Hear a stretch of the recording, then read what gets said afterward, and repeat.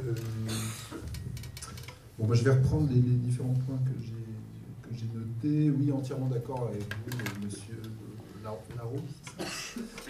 C'est à peu près sur tout ce que vous avez dit.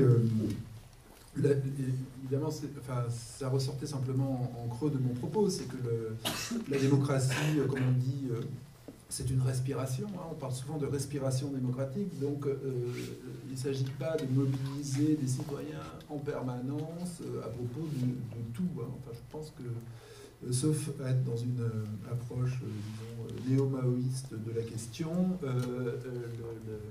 personne n'a ce type d'idée, finalement, qui est assez totalitaire ou assez antidémocratique, il me semble.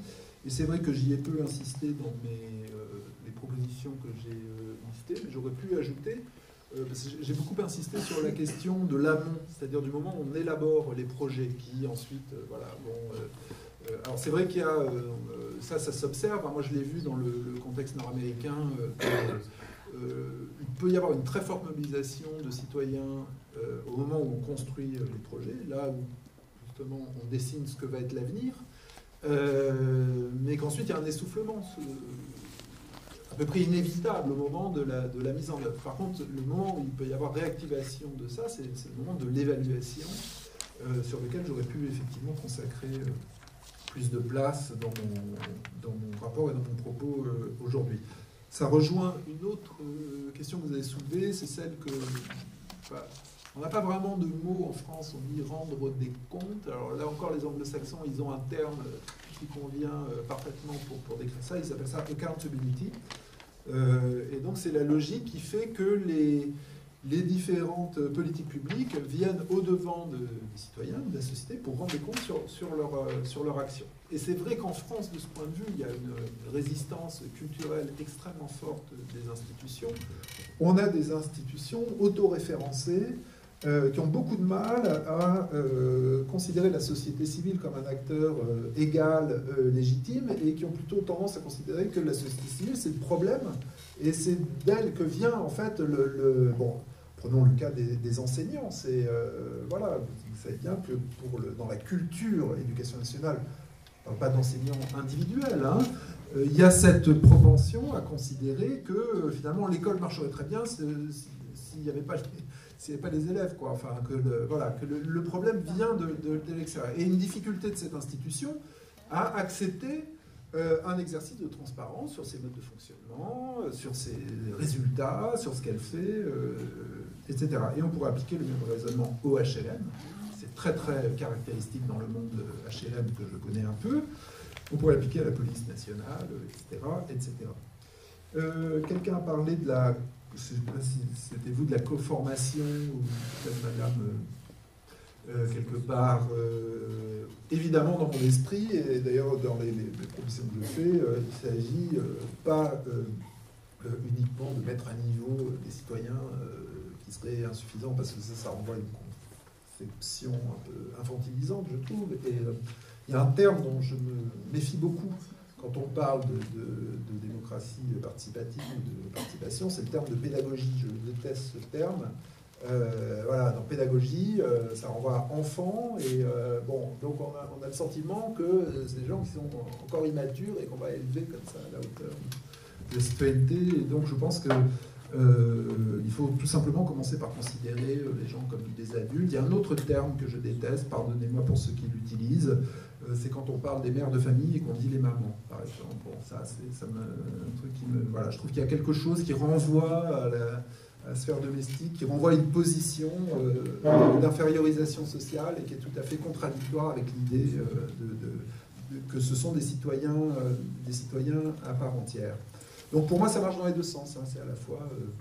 c'est évidemment, et c'était le sens de la proposition, sur agir sur les représentations qu'on se fait sur les quartiers, etc. Ça concerne quand même au premier chef les gens qui bossent dans les politiques publiques et qui doivent eux aussi se former de la même façon que les agents de développement social. S'ils veulent faire d'autres types de boulot, il faut évidemment qu'ils acquièrent de nouvelles qualifications.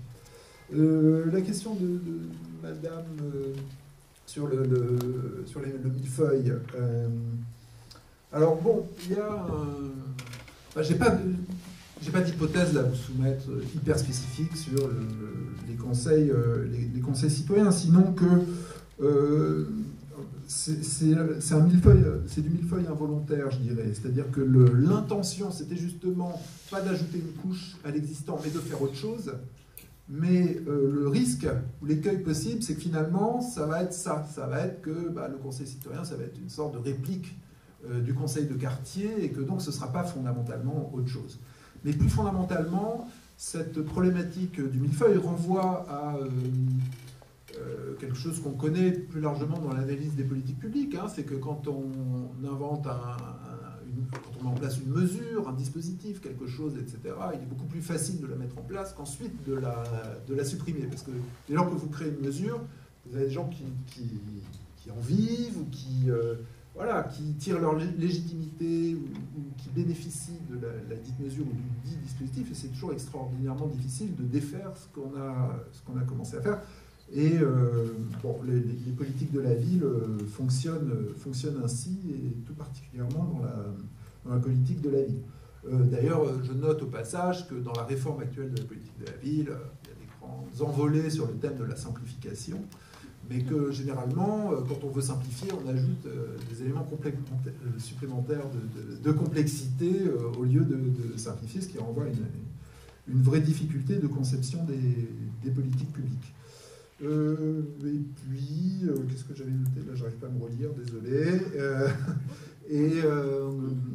Oui, sur l'injonction à participer. Donc, oui, moi, je rejoins votre propos. Enfin, dans mon esprit, la question de la participation ne saurait être évidemment un impératif catégorique réservé uniquement aux quartiers populaires. On ne verrait pas trop pour quelles raisons. Surtout, vous l'avez compris dans mon propos, moi je suis plutôt sur la lecture consistant à faire de ces quartiers des lieux moins exceptionnels qu'on veut souvent le croire, hein, plus ordinaires, avec des gens plus ordinaires qui y sont, et donc ne pas en rajouter dans la construction de leur image très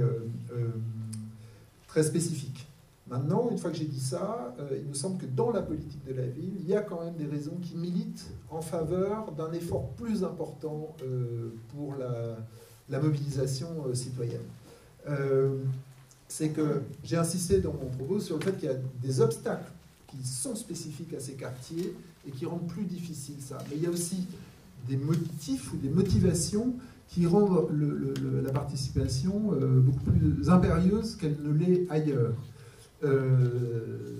Tout simplement parce que quand vous avez des quartiers qui sont confrontés à des inégalités multiples, et que l'on a bien vu en France qu'en dépit des mots d'ordre sur la mobilisation du droit commun de façon spontanée, les politiques de droit commun n'avaient pas tendance à résorber ce type d'inégalité, il faut bien à un moment donné qu'il y ait des formes d'organisation collective peser sur le cours des choses et pour essayer d'inverser la tendance. Et c'est là qu'on rejoint la question de la participation, parce que l'une des difficultés à laquelle on est confronté très fortement en France, c'est qu'il n'y a pas d'intérêt constitué dans ces quartiers. Les seuls intérêts constitués sont ceux des HLM et des maires de banlieue, les maires dits de banlieue. C'est eux qui ont voix au chapitre, c'est eux qu'on va interviewer, c'est eux qui sont reçus par les parlementaires, par les ministres quand ils élaborent leurs lois, etc.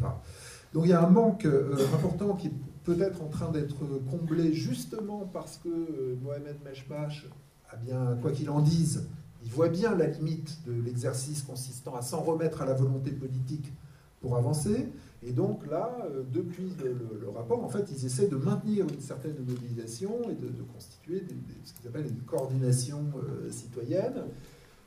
L'enjeu n'est rien d'autre que de constituer les habitants des quartiers populaires, enfin ceux qui le veulent, hein, en groupe de pression, en lobby. C'est ça qui fait gravement défaut, me semble-t-il, dans le système démocratique de la politique de la ville. C'est pour ça que ce système est aussi déséquilibré, c'est que les seuls intérêts reconnus sont des intérêts publics ou publics-privés, comme dans le cas des HLM. Donc je crois qu'il ne faut pas avoir peur des mots et qu'à un moment donné, il faut au contraire activement soutenir les initiatives qui vont aider les organisations. Je préfère parler d'organisations ou d'associations parce que je préfère mettre l'accent sur le collectif justement que sur les habitants qui sont des atomes comme ça volatiles.